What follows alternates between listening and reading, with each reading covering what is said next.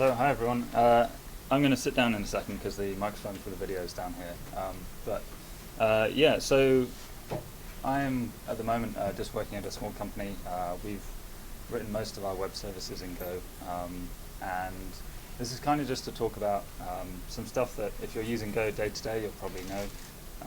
But if you're kind of new to Go, then there's some interesting features, and we're going to have a look around the standard library as well and just see some different uses of interfaces that are used there.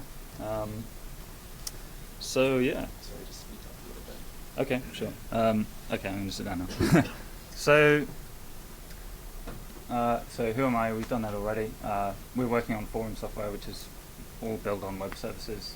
The back end's all Go, so the front end's open source. Anyone makes it. So. Can you speak out, please? Okay, is that loud enough? Just pretend you're shouting at someone if you're really angry. Okay, I've got water, so it's be okay. So the reason I want to talk about this, there's a couple of, well, there's one kind of specific feature about interfaces in Go which make them kind of interesting. Obviously, there's interfaces exist in many different languages, but the way that you can use them in Go is kind of interesting. So that quote there from Russ Cox is really, that's one of the articles actually that he's got on his website, which is worth reading about interfaces. So just to recap, I know that many of you here will already use Go, but for those of you that don't use it all the time, so this is just a very simple interface called stringer. It has one method there which takes no arguments and returns a string. And we have a type, a struct type complex, and we have the string method defined with the receiver of type complex. So you can see there that I've just overridden what you can, what it returns. So when you call the format.println function and pass a type of complex to it, a value of complex, then it will print that format string. So string is used all over the standard library. It's probably like, I don't know, 50 types at least implement stringer. As you can imagine, it's pretty useful. So, yeah, so that's just an example from the standard library for the default kind of format for printing a timestamp. In Go, you pass in a format string rather than the actual format statement. Okay, so what makes interfaces a little bit more interesting in Go is that they're implicitly satisfied, so you don't have to declare that a type implements an interface. It happens just by virtue of you implementing the right functions, the right method set. So one of the consequences of that is that if you have some code that's provided to you, either in the standard library or third-party code, you don't actually have to modify its implementation in order to create an interface and have it implement that. So one of the examples, good example of this is database SQL. So when we started out writing our code about a year ago, I was kind of going through the different packages, looking at how we're going to talk to the database, how we're going to do the serving and everything else. And I found that the actual dependency for talking to the database, this type DB in the SQL package, is a struct type.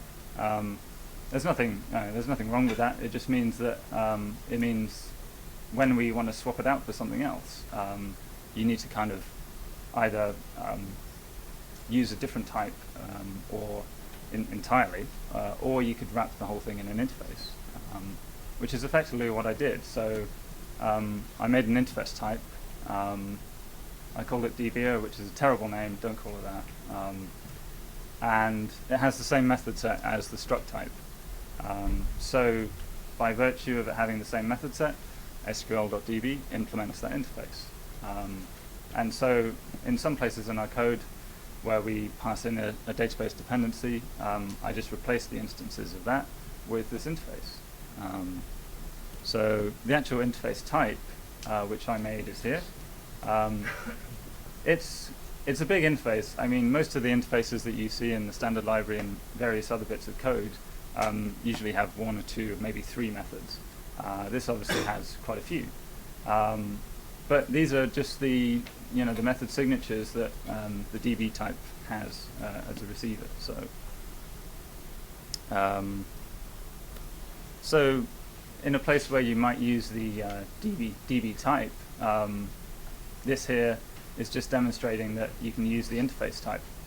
So the DB variable at the top is a value with the interface DBer. And you can see that I've first of all opened a connection to SQLite just to demonstrate that you can use it as a receiver there. And calling ping, which does nothing interesting, it just demonstrates that you can call ping on both types there. And then a satsdb, which is again a terrible name of mine, which is just demonstrating that you can use that in place. I didn't bother with an open function because generally, whenever I wanted to use that, I would do the setup somewhere else, and then I'd pass in the database dependency. So I mean, that's one way of doing it. You may not want to do it that way. It's kind of,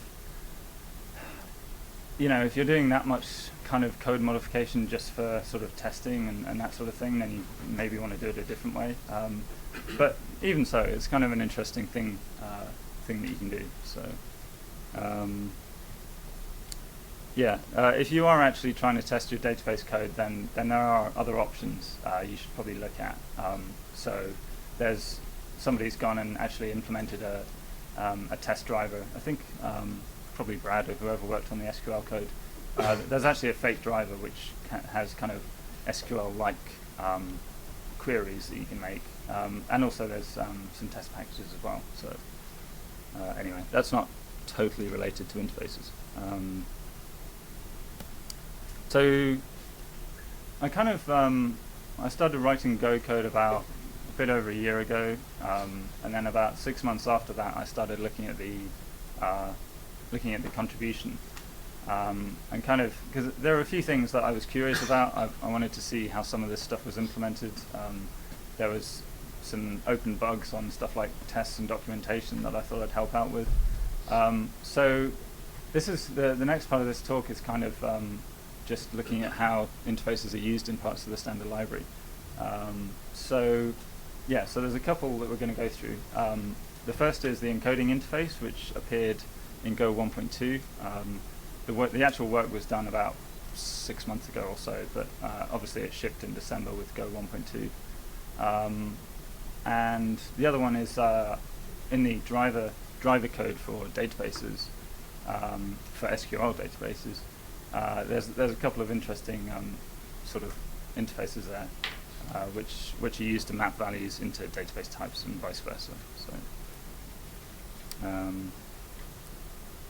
So I think I've just said all that. So it's new in Go 1.2. So it supports two kinds of marshalling and unmarshalling: binary representations and text representations. So it's used in a couple of places in the standard library as well, as you can imagine. So let's have a look at one of those, or two of those interfaces. Marshalling and unmarshalling text. So as you can see, the text marshaller interface has a single method there, which returns bytes, obviously UTF-8 encoded. And text unmarshaller goes the other way. So it takes some bytes and it will fill out your object for you. So the interesting thing about these is that there's no reference here to JSON or XML because they can actually be used for both. So if you define these things on your own types, then if you want to produce multiple representations, JSON or XML, then these are reused in the same way. So you don't need to go and override each handler for those things. So an example from the standard library, the net.IP implementation of it. So IP is, the type is just an IP address, it's nothing else. So here you can see the marshal text implementation. it returns some bytes and an error if there was something wrong. So pretty straightforward. And the other way is essentially passing an IP address from a string and filling out the object if there was an error. So the JSON encoding decode will check for these interfaces. I believe the XML marshaller will do that as well. And one that we haven't looked at is the binary marshaller and unmarshaller, which do, as you can imagine, analogous things. And that's used in the GOB encoding. So, yeah, so if you want to define custom serializers for your own types, then these are the kinds of things that you can do. I mean, obviously, I've never used a JSON encoder where you couldn't override the marshalling for your own class, but this is kind of a pretty lightweight way to do it. And if it can be reused across multiple representations, then that's even better. So moving on slightly. So I'm not sure how many of you have used the database package, but essentially the Go database SQL package does quite a bit more than in most languages I've used. So it will do stuff like handle connection pools, and connection pools, and also translating some types from database types to Go types. So actually, some of that stuff can be done in the driver as well, but the actual connection pooling is done in the Go standard library, not in the database driver that anyone can write. So internally, these two interfaces, scanner and valuer, are essentially, well, as you can see, assigning value from the database driver into a Go type, and the opposite, taking a Go type and going, what do I need to put into the database based on this Go type? So those are used all over the place for the various inbuilt types. But this is an example from libpq, which is the Postgres driver for Go. So I'm not sure how many of you have used Postgres or hstore. Hstore is basically a key value store in a column. It's a column type. So if you decide that using a classic schema is too restrictive, then you can go ahead and just make a bag of attributes. So as you can see, what this does, to take a hstore type, a struct type, and insert it into the database, it says, well, okay, if there's no map, then just return nil. But if there is a map, then take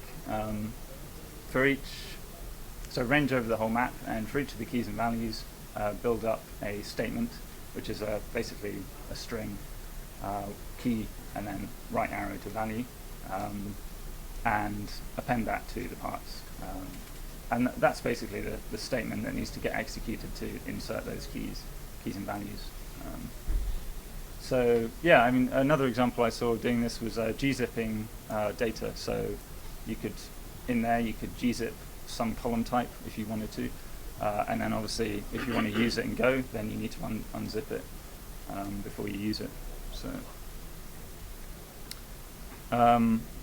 yeah, so I said about 6 months ago I started digging around the source code and just looking at things in a bit more detail. There's a tool called Go Oracle, which makes a lot of this extremely straightforward. So I'm going to try and do a small demo. I'm not entirely sure how well it's going to work on this screen. If I mirror.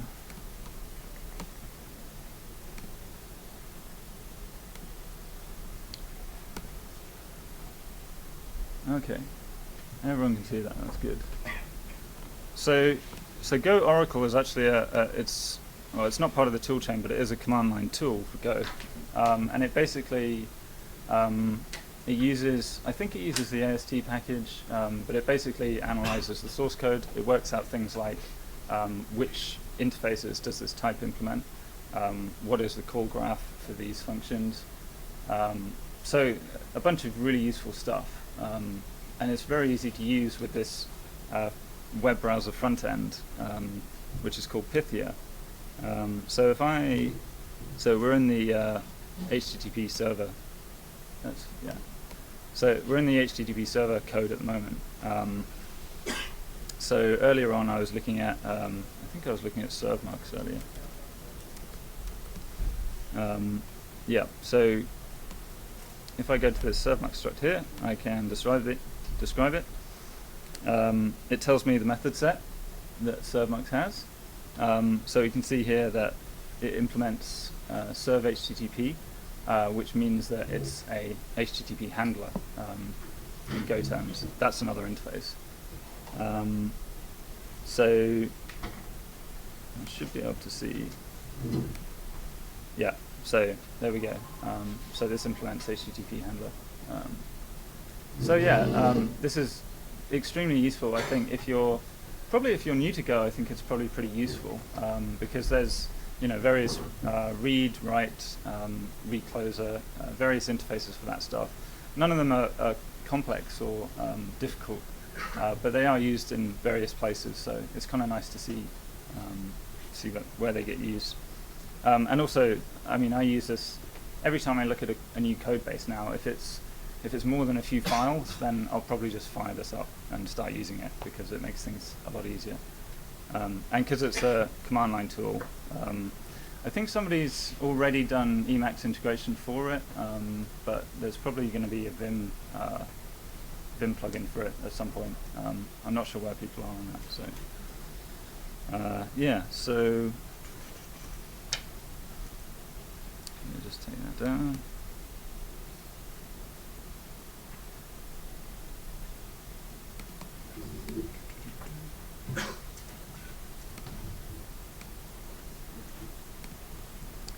So I think, we've come under time a little bit. But yeah, basically, the references, so there's a few things that you probably want to take a look at. So there's a really good example of using the image package, actually, and adding, so Go comes with, I think, at least JPEG, PNG, and GIF at the moment. Probably a couple of other types as well. But basically, it's very easy to create a new decoder for images because of the way that the interfaces are structured. And you basically just define your decoders, define a few things like how to fetch the particular bitmap value at a particular point, color value. And then you can use that to, you basically just register your new decoder, and that's all you have to do. The article at the top is Russ Cox wrote a really interesting article on some of the implementation. So, as you probably know if you've used Go already, when you compile, the interface types are checked. So you do get nice static. You know about interfaces at compile time, but obviously some of it's done at runtime too. So the actual method resolution is done at runtime. So there's a good article on the internals there. And pretty much source code. Go and read the code if you can. It's really, really readable. It's extremely well structured. As somebody who didn't look at it at all 6 months ago, and now I have a decent grasp of the major packages in the standard library at least. And the other stuff is from PQ, which is interesting to read actually, because like I said before, the SQL package does a little bit more than it does in many other languages, so that obviously impacts the way that you write your driver and how you do things like connection pulling and that sort of thing. So I think pretty much there. So have people got questions or?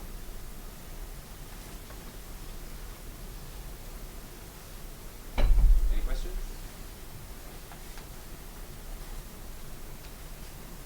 Great. Okay. Thank you, Matthew. Cool. Thanks.